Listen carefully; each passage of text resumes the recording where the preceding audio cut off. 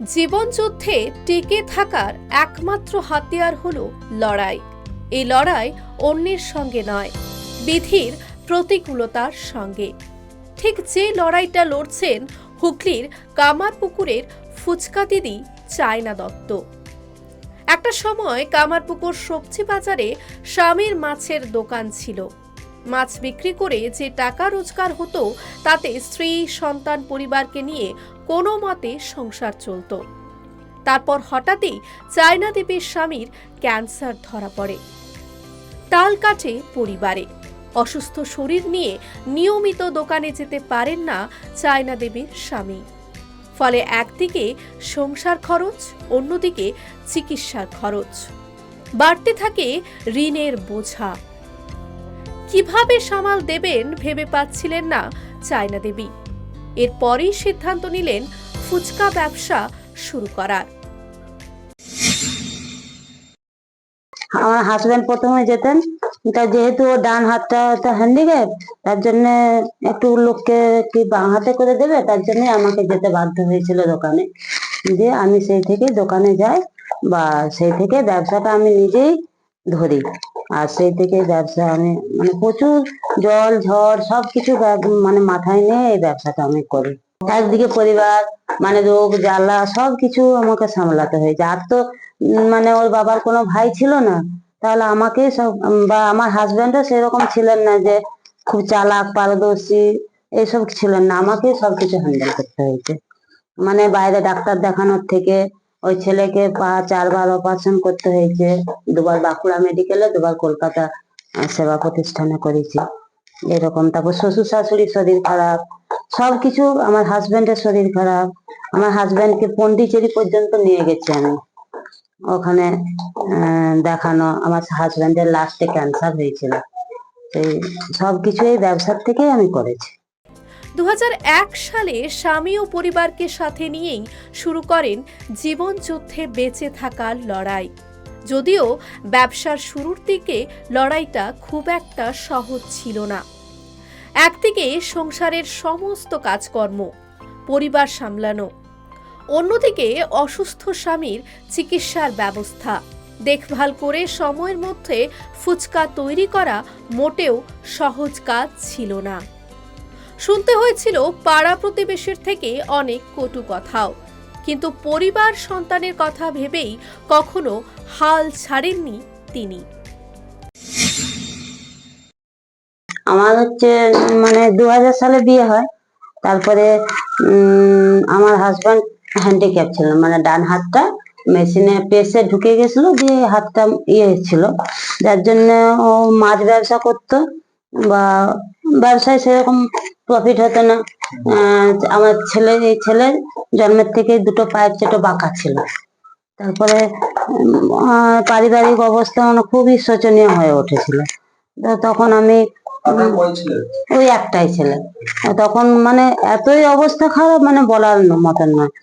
দিয়ে তখন আমি একটু মানে বিয়ের আগে ওই টিউশন পড়াতাম বিহারিদের বাড়িতে, ওরা করতে দেখেছিলাম। সেই ইয়েতেই আমি আমার হাজবেন্ডকে বললাম যে তাহলে ফুচকা দোকান করবে। তখন ঠিক হলো। দিয়ে অনেক কষ্ট করে ওই গাড়িটা তৈরি করলাম, মানে জিনিসপত্র বাঁধা দিয়ে ধার করে এই করে ব্যবসাটায় নেমেছিলাম। দিয়ে 2001 থেকে আমি এই ব্যবসাটা করছি।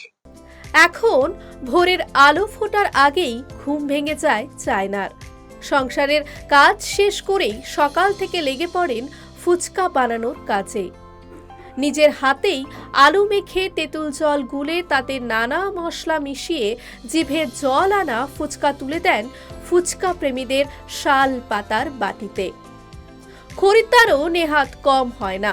প্রতিদিন প্রায় 1000 টাকার মতো বিক্রি হয় ফুচকা। সব খরচ সামলে যেটুকু লাভ তা দিয়ে সংসার চালান চায়না দেবী। ভোর 4টে থেকে উঠে আটাটা মেখে একটুখানি মেখে রেখে দিলাম। তারপরে আমি বাড়ির সব মানে যাবতীয় বাসি কাজ, যেগুলো ঝাড় দেওয়া, এসব কাজ সেরে তারপরে আবার এই ফুচকা বেলতে বসি। ফুচকা বেলে ছেঁকে, তারপর না হলে তো আবার ফুচকা ছাকা হলে আবার আলু সেদ্ধ করতে হয়, তারপর রান্না আছে, তারপরে বাড়ির যা চান পুজো এসব করে তারপরে আমাকে মানে আমি সব দিনই বলতে গেলে সারা জীবনটাই আমাকে এই ব্যবসাটার মধ্যেই ডুবে থাকতে হয়েছে। কোনোদিন আমি কোথাও হ্যাঁ সব শখ সাজ বলতে মানে কোনোদিন একটা যে ভালো শাড়ি কিনেছি একটা ব্লাউজ কিনেছি সেটাও করিনি। আর কোথাও যাওয়া তো দূরের কথা, মানে কি বলবো, কোথাও কোনোদিন কোথাও যাইনি, মানে এত ত্যাগ স্বীকার করেছি পৃথিবীতে এরকম ত্যাগ মানে কোনো মেয়েই করবে না বলতে গেলে। মানে কোথাও যাইনি, ভালো মন্দ কোনো পড়িনি খাইনি, জল ঝড় এমনও দিন গেছে যে বৃষ্টিতে ভিজে যেমন স্নান করে উঠে আসে সেরকম বৃষ্টিতে ভিজে আমি প্রথমে দোকানটা নিয়ে আগে কলেজে যেতাম, কলেজে গাড়ি ঠেলে ঠেলে যেতাম, তারপরে আবার কলেজ থেকে এসে স্কুলে টিফিনটা ধরতাম মিশন স্কুলে, তারপরে আবার নয়নতারা বালিকা বিদ্যালয়ে যেতাম, তারপরে এসে আবার ভাত খেতে আসতাম বাড়িতে, দিয়ে আবার ওই মিশনের কাছে দোকান নিয়ে দাঁড়াতাম। মানে প্রচুর পরিশ্রম, এরকম পরিশ্রম একটা ছেলেও করতে পারবে না। একেবারে আটপৌরে গৃহবধূ ছিলেন চায়না। তিনি জানান বাড়িতে কেউ কোনোদিনই ফুচকার ব্যবসা করেনি। তিনি বিয়ের আগে এক বিহারি পরিবারে নিয়মিত টিউশন পড়াতে যেতেন, সেখানেই ফুচকা বানানো দেখেন আর শিখে নেন ফুচকা তৈরির পদ্ধতি। এরপর স্বামীর অসুস্থতার জেরেই তিনি বেছে নিয়েছিলেন এই ফুচকা ব্যবসাকে। নারীরা কেন পারবো না, কেন বসে থাকবো? আমরা মেয়ে বলে কি মানুষ নয়? ছেলেরাই শুধু রোজগার করতে পারে? আমাদেরকে করতে হবে, যে কোনো উপায়ে সৎ পথে আমরা রোজগার করব, এটাই মনে হয়। এটা যতই আমি গাড়ি ঠেলে নিয়ে যাই আমি ভাবি যে এটা আমার স্বাধীন ব্যবসা, আমি নিজে লড়াই করে করছি, এটা আমার কাছে খুবই মহৎ আমার মনে হয়। ধরুন আমাকে এখানে যেখানে মিশনের কাছে বসতাম, আজ 25 বছর বসছি, ওখানে আবার ওখানে বসতে দেয় না, সেই জন্য আমাকে সে গাড়ি নিয়ে নিয়ে এখানে ওখানে দাঁড়িয়ে দাঁড়িয়ে দাঁড়িয়ে দাঁড়িয়ে কোথায় দাঁড়াবো, কোথাও জায়গা খুঁজে পায় না, এরকম লড়াই করে তবু আমি লাহাবাজারটা ছাড়িনি। আবার একজন লাহাবাবদেরই মানে একজন মাস্টার মশাই উনি আমাকে একটু জায়গা দিয়েছেন বসার জন্য, ওনার কাছে আমি চিরকৃতজ্ঞ থাকবো যে উনি বলেছেন যে আপনি এখানটায় বসবেন, এই জন্য আমি ওনাকে ধন্যবাদ। পাড়া প্রতিবেশী তো বলতেই পারে যে বউ বাইরে যাচ্ছে, কেউ এমন ভদ্রলোক বলেছেন আমার নিজের কানে শোনা, আমার হাজবেন্ডের নাম শ্যাম, বললেন যে শ্যাম বউকে বাজারে নামিয়ে দিল, আমি নিজের কানে শুনেছি বউকে বাজারে নামিয়ে দিল, এরকমও বলেছে। তো আমি কোনো কিছু কেয়ার করিনি, বলছে আমি এটাই ভাবতাম যে কেউ তো 1 কেজি চাল কিনে দিবে না, অতএব আমাকে যে যা বলছে বলো। অনেকে অনেক কিছু বলেছে যে বৌদি তুমি কতদিন চালাবে এভাবে, তুমি নিজে কেন, তোমার হাজবেন্ড থাকতো তুমি কেন যাচ্ছ? আমি যে আমার নিজের সংসারের জন্য আমি লক্ষ্যটা আমি স্থির রেখেছিলাম। কিছু বছর আগে মারা যান চায়না দেবীর স্বামী। এরপর থেকে কামারপুকুর মঠের সামনে রোজ বিকেলে ঠেলা গাড়ি ঠেলতে ঠেলতে হাজির হন চায়না দেবী। সন্ধ্যা থেকে লাইন পড়ে দোকানে। জীবন সবার জন্য সহজ নয়, আমরা একটুতেই অজুহাত খুঁজি, কিন্তু এই মেয়ের লড়াই চোখে আঙুল দিয়ে দেখিয়ে দেয় শত বাধা বিপত্তি এলেও হাসি মুখে লড়ে যাওয়ার নামই জীবন। ঘরে বাইরে চায়না দেবীর এই লড়াইকে কুর্নিশ জানান এলাকার মানুষ।